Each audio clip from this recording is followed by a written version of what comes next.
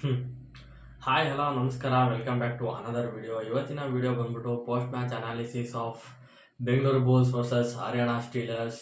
ಅದಕ್ಕಿಂತ ಮುಂಚೆ ಯಾರ್ಯಾರು ಸಬ್ಸ್ಕ್ರೈಬ್ ಮಾಡ್ಕೊಳ್ಳಿ, ಬೆಲ್ ಐಕಾನ್ ಕೂಡ ಕ್ಲಿಕ್ ಮಾಡ್ಬೋದು. ಡೈರೆಕ್ಟ್ ಆಗಿ ವಿಡಿಯೋಗೆ ಹೋಗೋದಾದ್ರೆ, ಇವತ್ತು ಮತ್ತೆ ಸೋತಿದ್ದೀವಿ. ಹರಿಯಾಣ ವಿರುದ್ಧ ಸೋಲು ಕಟ್ಟಿಟ್ಟ ಬುದ್ಧಿ ನಂಗೆ ಗೊತ್ತಿತ್ತು. 2 ದಿವಸದಿಂದ ವಿಡಿಯೋ ಬಂದಿಲ್ಲ, ಯಾಕಂದ್ರೆ ಇದೇ ಸೀಸನ್ನು ಸೋಲ್ತವ್ರೆ. ಬೇಜಾರಾಗೋಯ್ತು, ನಮಗಂತೂ ಸಖತ್ ಬೇಜಾರಾಗೈತೆ. ಇವತ್ತು ಒಂದು ಸ್ವಲ್ಪ ರೈಡಿಂಗ್ ಡಿಪಾರ್ಟ್ಮೆಂಟ್ ಎದಾಳ್ತು ಅಂದ್ಕೊಂಡೆ. ಅಕ್ಷಿತ್ ಅವ್ರು ಬಿಟ್ರೆ ಮತ್ತೆ ಜೈ ಭಗವಾನ್ ಅವ್ರು ಬಿಟ್ರೆ ಯಾರು ಪಾಯಿಂಟ್ಸ್ ತರಲಿಲ್ಲ. ಅಜಿಂಕ್ಯ ಪವಾರ್ ಅವತ್ತು ಆಡ್ಲಿಲ್ಲ ಸ್ಟಾರ್ಟಿಂಗ್ ಟೈಮ್ನಲ್ಲಿ. ಮತ್ತೆ ಪ್ರದೀಪ್ ನರ್ವಾಲ್ ಅವರು 8 ಆಣಿಗೂ ಆಡ್ಲಿಲ್ಲ. ನಿತಿನ್ ಅವರು ಒಂದ್ ಸ್ವಲ್ಪ ತಪ್ಪು ಮಾಡಿದ್ರು ಇವತ್ತು, ಸಖತ್ತು ಅವ್ರದಲ್ಲೂ ಡಿಸಪಾಯಿಂಟ್ ಆಯ್ತು.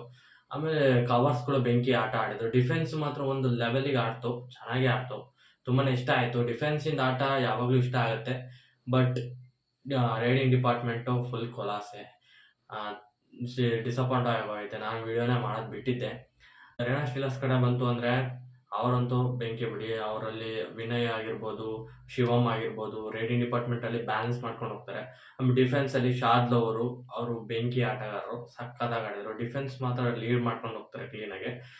ಜೈದೀಪ್ ಅವರು ಅಷ್ಟೇ ಥರ್ಡ್ ಮೇನಲ್ಲಿ, ಅವರು ಸಖತ್ತಾಗಿ ಆಡ್ತಾರೆ. ಓವರ್ ಆಲ್ ಚೆನ್ನಾಗಿ ಆಡಿದ್ರು. ನಮ್ಮವರಂತೂ ಸೋತಿದ್ದಾರೆ. ಈ ಸತಿ ನಮ್ದಲ್ಲ ಕಪ್ಪು, ಕನಸು ಮಾತ್ರ ಈ ಸಲ. ಮುಂದಕ್ಕಾದ್ರೂ ಚೆನ್ನಾಗಿ ಆಡಲೇಬೇಕಾಗುತ್ತೆ. ಆ್ಯಸ್ ಯೂಶುವಲ್ ಮತ್ತೆ ಸಿಗೋಣ ಇನ್ನೊಂದು ವಿಡಿಯೋ ಜೊತೆ. Thank you.